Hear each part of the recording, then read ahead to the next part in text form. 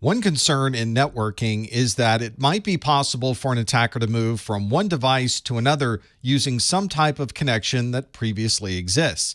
But what if you're able to isolate the devices physically? You might, for instance, have switch A and switch B, and in this scenario, we've created an air gap between both of those devices.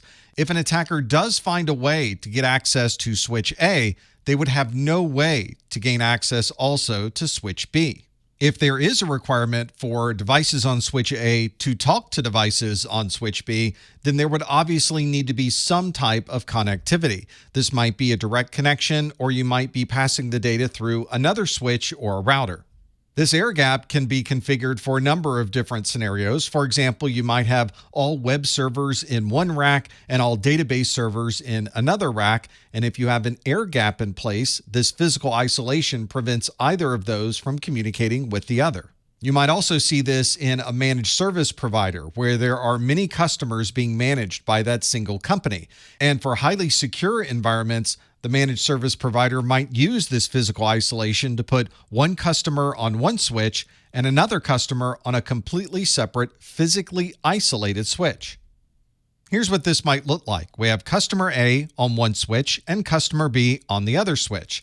Devices plugged into customer A switch can communicate between each other, and devices plugged into customer B switch can also communicate to each other, but notice there's no connectivity between customer A and customer B. Of course, with physical isolation, we also need two separate physical switches. And if you have 100 customers, you would need 100 switches. Obviously, this is not going to scale very well. But there are technologies built into your switches that allow for segmentation, but still have everyone connected to the same physical switch. This is using VLANs, or virtual local area networks. This allows you to configure certain interfaces on your switch as belonging to one VLAN and other interfaces on the switch as belonging to the other VLAN.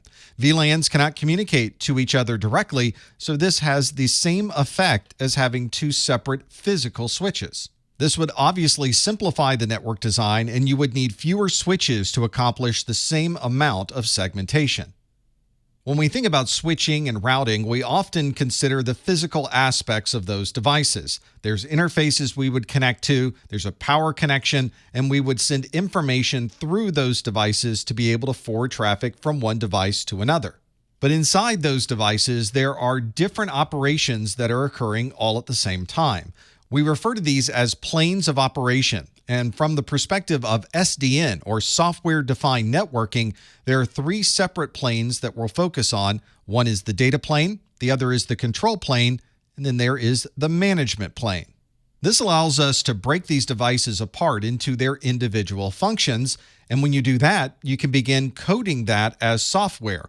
This is a way to take the physical world, turn it into software that can then be used in our cloud-based world. The infrastructure layer, or the data plane, is the part of the device doing the hard work. Whenever we think about switching and routing, we're talking about the process of forwarding traffic from one device to another, and that forwarding process is what's happening in the data plane. This is also where network address translation occurs, any type of encryption, trunking, or anything else relating to the networking part of forwarding data. All of this data that's being transferred from one device to another is being managed by the control plane. For example, if you're using a router to forward traffic between IP subnets, there needs to be some type of routing table inside of the router so that we know where this traffic should go. And in that scenario, the control plane is responsible for managing the routing tables and then taking action on where this data should go.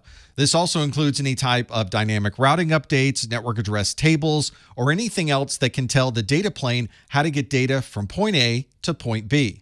And of course, at some point, you'll need to make configuration changes to this device. When you're connecting to a switch at the command line through SSH and you're making configuration changes, all of those changes are occurring in the management plane.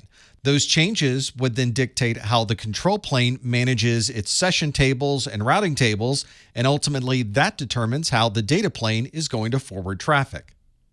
If we look at a physical switch, we can almost pull apart where the different planes of operation exist. For example, on the front of the switch, we have a number of interfaces that we're connecting our devices to.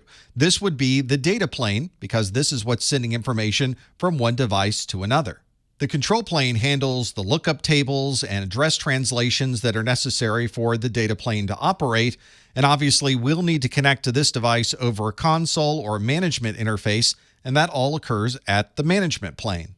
Now we can take these three planes of operation and turn them into more of a block diagram. Here's exactly the same switch, but now we're only dealing with the data plane, control plane, and management plane in more of a block diagram. We know that our network traffic flows on the data plane of this device. We have a control of that traffic occurring in the control plane, so things like dynamic routing protocols and static routes. And the configuration of this device occurs at the management plane using SSH, SNMP, or application programming interfaces. This has allowed us to create software versions of these physical devices that we traditionally have used so that we can now use these devices in the cloud. Here's a common cloud-based configuration. We have an internet connection that's connecting to a load balancer, and that load balancer is connecting to web server A, web server B, and the database server for this application. With cloud technologies using SDN, we can now immediately build out infrastructure devices we might need. For example, in this scenario, we might want to add some firewalls. So we can add a firewall that would separate the internet from the load balancer. We might want another firewall to separate and control traffic between the web servers and the database server. We're able to click a button and dynamically create this technology in the cloud thanks to our software-defined networking.